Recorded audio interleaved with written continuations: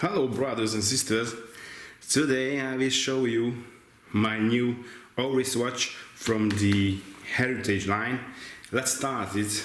Okay, this is the outer paper box.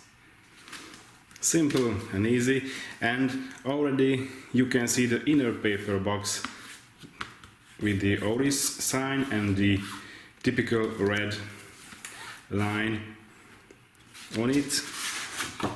If we remove the outer paper box, we can see the inner one. Simple, easy, as we used to get it from the Oris. Let's remove the inner paper box and we find another paper box. And here we already can see this is the Heritage line.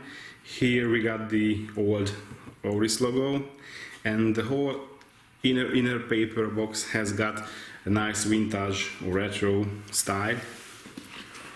If we remove it and put it away a bit, you see how cool red is the inner part of the paper box. And here we found the booklet.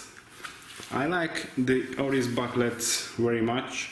It's like a book made on paper, Oris printed on it. You can open it and you will find some production manual. Here we find the warranty card. So we have a plastic card here, as with most of the watches. Inside we've got a very detailed instruction manual,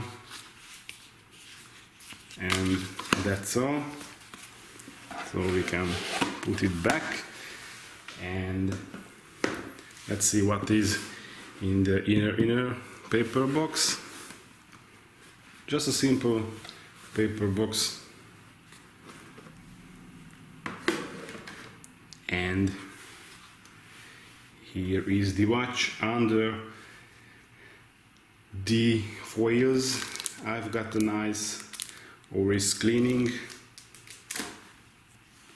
stuff. Here's some packaging stuff, and here is the watch. As you see, so this one is the newest Oris 65 diver watch. The name of the piece 65 came from a date, because in 1965 was the year when Oris released its first diver watch, and this piece and the other 65s are try to salute before that, and the watch is a very close homage of those vintage watches. The watch has got a very strong retro style. Look at that, these links, I don't know the English phrase, but not screws. Of course those are screw in. Look at this clips, working perfectly, but also has got a nice vintage style. There is no chrome guards, because there was no chrome guards in the 1960s. Rhodium plated old style indexes and hands, very little date window, very strongly domed sapphire glass.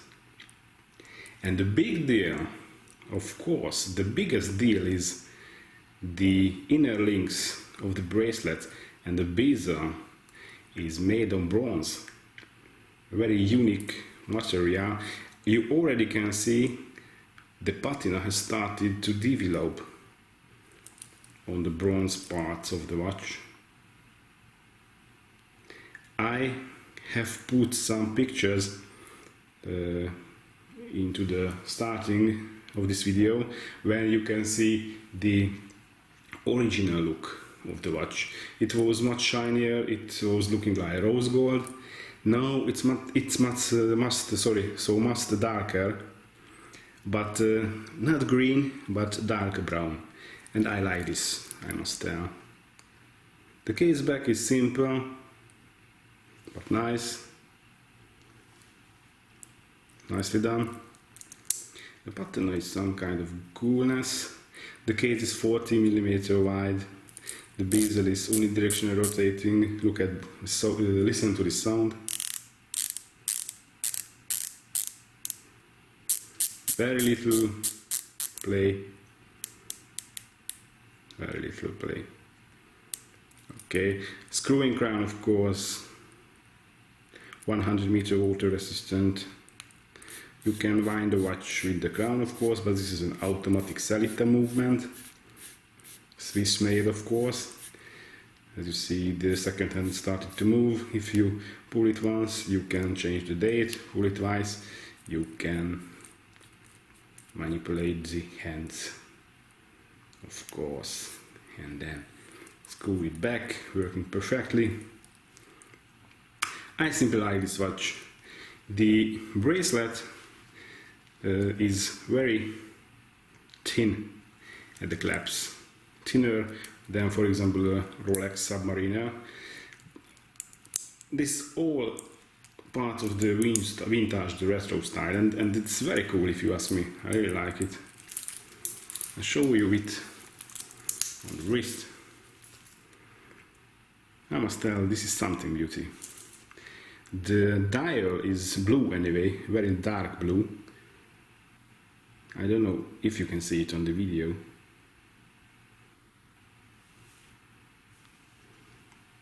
I guess this is really cool. Sportsy vintage retro watch. And let me show you a lume. Not too strong, because that one is also part of the retro feeling. There was no too strong lume in the 60s, but not bad at all, not bad at all.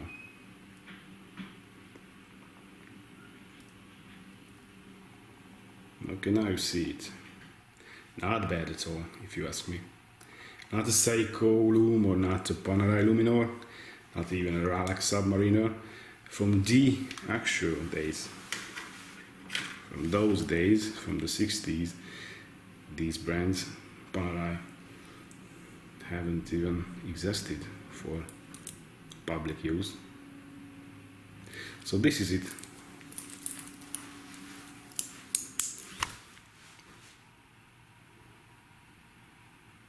I must tell, this is cool. I like it a lot. Wearing a lot.